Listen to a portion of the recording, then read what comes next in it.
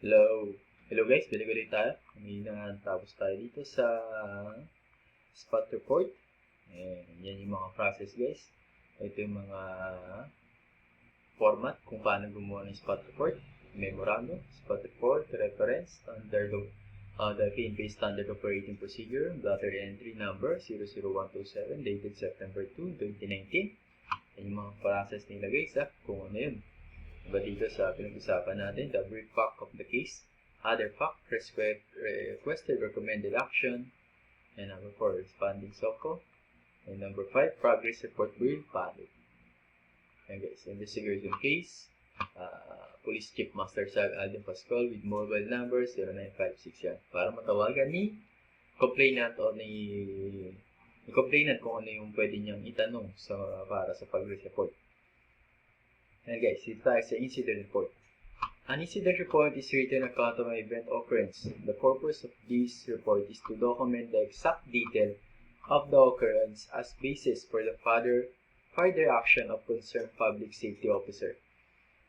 Incident report are the jump-off points of investigation designed to ferret out the facts and recommend solutions. How does it differ from the spot report?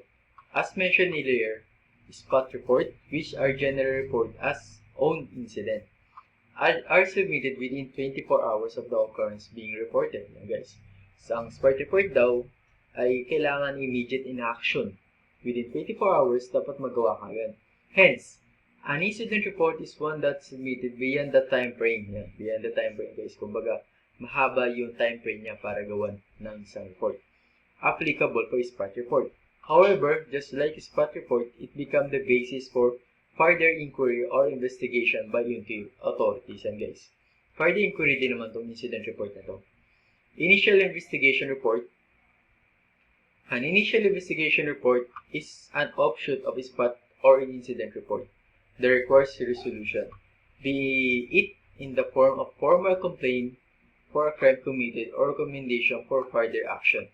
This report follows a sequence starting with authority, basis for investigation such as written or verbal order, the details of narrative of the incident with initial finding based on witness statements, and appropriate recommendations. Consider the format on the following page in the sample report shown on page 2. Initial investigation report, rate with homicide o Marman L. Granada. Yan. Sa initial investigation report guys, ito pinagsalo na dito yung spot tsaka yung incident report na kung saan gagawa na talaga siya ng report kung ano nga ba talaga nangyari sa isang crime na commit. Yan guys, ito yung example niya. Letterhead, memorandum, yan, para kay sino ba yung chief of police sa isang lugar niya. Investigator on case, kay sino gumawa ng case na to. Initial investigation report, cite the specific case, kung ano ba yung case na to, yung kung ito ba traffic incident, isang homicide, murder. Authority, cite the authority for investigation as verbal, written order, etc. Yan. Details, take the facts of the case, chronological order as they were discovered. This portion answer the question essential to the investigation. Yun, yung dito na natin mapasok question. The 5W and 1H. Yan. Who, sino nga ba? What, ano ba nangyari? When, kailan? Where, saan? How, kung ano ba? Paano ba nangyari? Why? Bakit nga ba nangyari to? Recommendation. Make a recommendation based on the above facts. Recommendation should relate to the disposition of the case.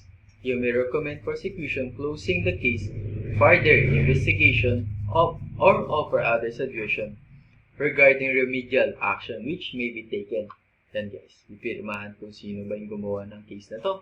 Tapos ipapasa kay immediate superior or the chief of police. These are, however, investigation reports that are not follow the progress report, in which case the report already serve as a final report. And guys, itong initial report guys na hindi pinali yung talaga, yung pinaka-report niya, kasunod na kasi ito. Kumbaga ito yung follow-up investigation report na tinatawag natin. Pero pwede rin maging base para sa final report. Magiging basis para dun sa final report na gagawin niya. Progress report is a follow-up. Ayan, progress guys from the word itself is a follow-up investigation report. Kung nakagawa ka na ng incident, the spot report, and the initial investigation report, yan. Dito na yung progress, kumbaga tuloy-tuloy na. A progress report is a follow-up of the spot report or the initial investigation report. It accounts the action or series of action undertaken by the investigator related to an ongoing investigation of case. It covers new findings, statement of additional witness, if any, in a progress report. It assumes that the incident has been reported and the method of operation or modus operandi of the suspect has been determined. All other details supplement the information established in the previous report. Below is example format ng progress report. Yan guys. Ito yung example naman ng progress report natin. Yan guys. Yan, di ba kung napapansin natin na sabi ko kanina sa inyo, lahat ng ginagawa ng report o kadalasan ginagawa ng report ng PNP o our Tri-Bureau, PNP, the BP, and BJMP ay ganito yung letterhead nila, the memorandum. For, para kay kanino ba? Kung sino so superior, from, subject, and date. Yan. Reference, previous, and related memos. Yan guys. Indicate briefly the time, date, place, occurrence. Brief fact of the case, other fact. Yan. Alas pares lang din yung sa mga nauna guys. Requested and recommended action from headquarters. Deposition action taken. Final report will follow. Yan guys. Final report. Ito. Pagkatapos natin sa initial, the progress, this is our final report. The final report is a true, comprehensive, and in-depth account of an investigation to determine the truth of the incident, with recommendation for proper courses of action. This refers to the last or concluding report on a particular incident or case where all important details considered in the initial investigation and progress reports are taken into account.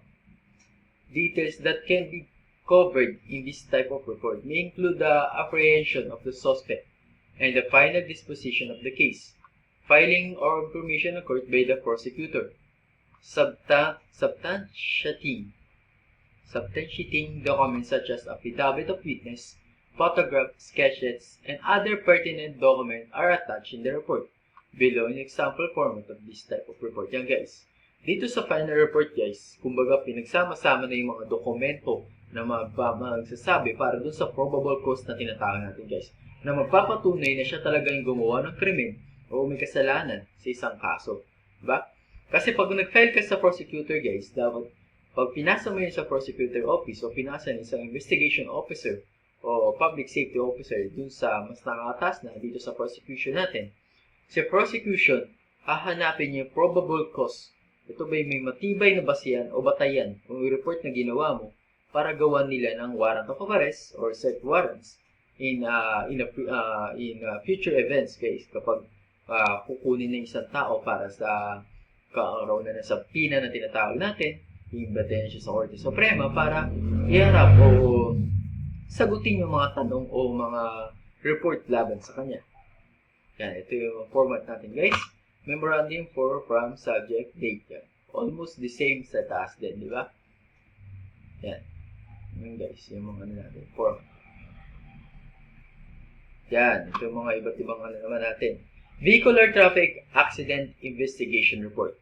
This report collision between cars or other forms of land transportation, crashes against fixed object, hit-and-run cases, and other which may or may not result to injuries or death of person, damage of vehicle involved. This type of report normally follow the standard format drawn from a special form filled out by the investigation officer. Yan guys.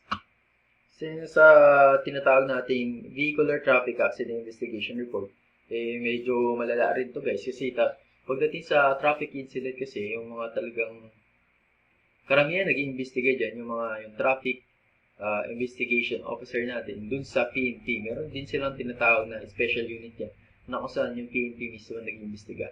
After Operation Report.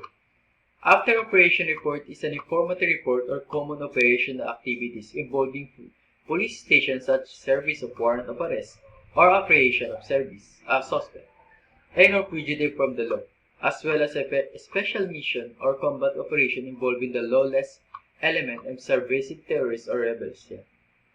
An after-operation report that involves encounter with the lawless elements and or subversive terrorists also includes salient supporting documents such as sketch of the encountered scene, list of participating troops, summary of ammunition expended, summary of ammunition stock status, recommendation for award for troop member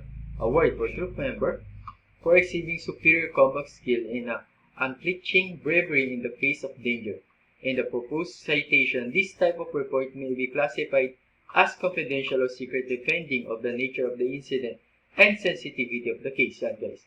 Dito sa after operation report guys, kapag for example, may mga mission na tinatawag natin, diba? Hindi maiwasan na karamihan ng mga mission, especially dun sa mga intelligence officer natin, dun sa Philippine National Police for Intelligence, talaga may mga secret mission sila na hindi pwedeng ipa-sabihin o hindi basta-basta ipagkakalat sa kung sino-sino lang. Dito sa after operation report guys, dito malalaman kasi mga accomplishment report kung nahuli ba yung tao na nila na binigyan ng warrant of arrest ng isang Korte Suprema para mahuling suspect.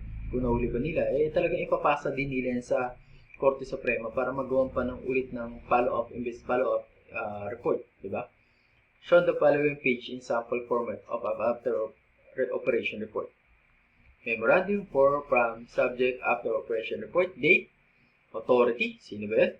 Mission, period covered, kung kailan ba nila ginawa ito, area of operation, participating elements, chronological events, background, intelligence build-up, narrative operational activities, comment, assessment. And guys, ito yung sa ating after operation report. Yan. Aside from the report mentioned in this section, there are still other types of report unique to the particular public safety agency, Bureau of Fire Protection, Bureau of Jail Management Technology, and Philippine National Police. Sample of investigation report in the fire service can be found here. Guys. In the police service, those who are involved in the investigation of sensitive cases may be required to prepare additional reports such as background investigation, intelligence, and after mission report, which are normally prepared by an officer on a special mission.